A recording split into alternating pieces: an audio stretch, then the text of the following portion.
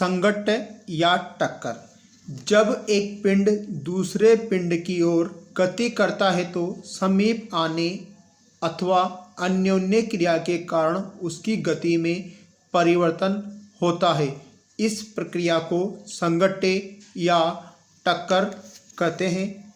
जैसे एक पिंड है जिसका द्रव्यमान m1, यह v1 वेग से गति कर रहा है। दूसरा कण m2, यह v2 वेग से गति कर रहा है। तो जब एक पिंड दूसरे पिंड के समीप आता है तो उसकी गति में परिवर्तन हो जाता है।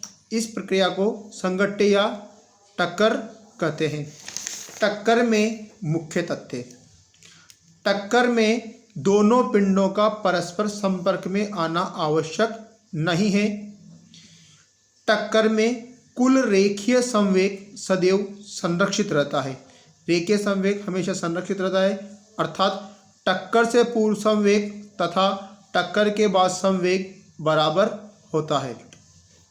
तीसरा तथ्य है, टक्कर में कुल ऊर्जा हमेशा संरक्षित रहती है, यानी कि टक्कर में ऊर्जा संरक्षण का नियम लागू होता है।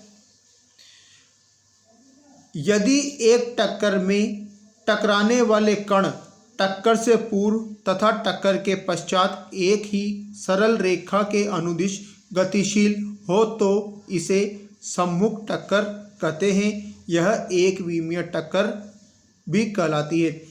टक्कर से पूर्व और टक्कर के बाद यदि कण एक सरल रेखा में चले तो इसे सम्मुख टक्कर कहते हैं। टक्कर से पूर्व और टक्कर के पश्चात एक ही तल में स्थित होने पर टक्कर द्विविमीय टक्कर कहलाती है। इसे तिर्यक टक्कर भी कहते हैं।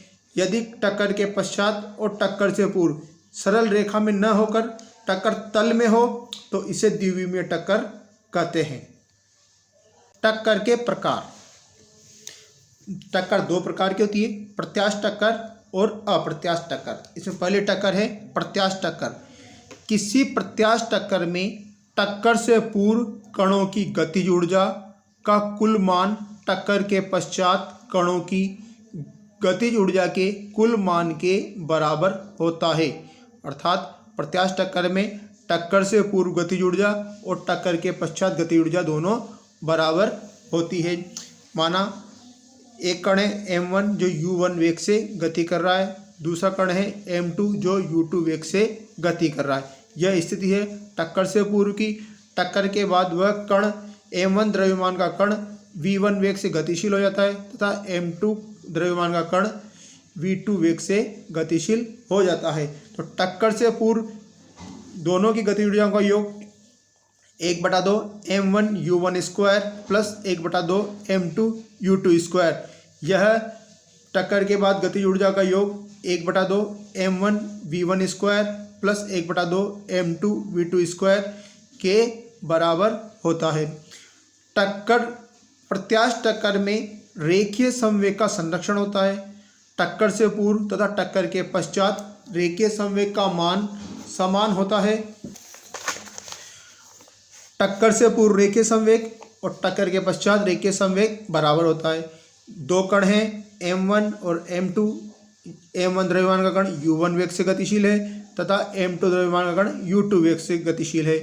टकराने के बाद m1 द्रव्यमान का कण v1 वेग से गति करने लग जाता है तथा m2 द्रव्यमान का कण v2 वेग से गतिशील हो जाता है। तो टक्कर से पूर्व रेखीय संवेग m1 u1 plus m2 u2, इन दोनों का योग m1 v1 plus m2 v2 के बराबर होता है। तो प्रत्यास्थ टक्कर में रेखीय संवेग तथा गतिज ऊर्जा दोनों संरक्षित रहती है। अप्रत्यास्थ टक्कर।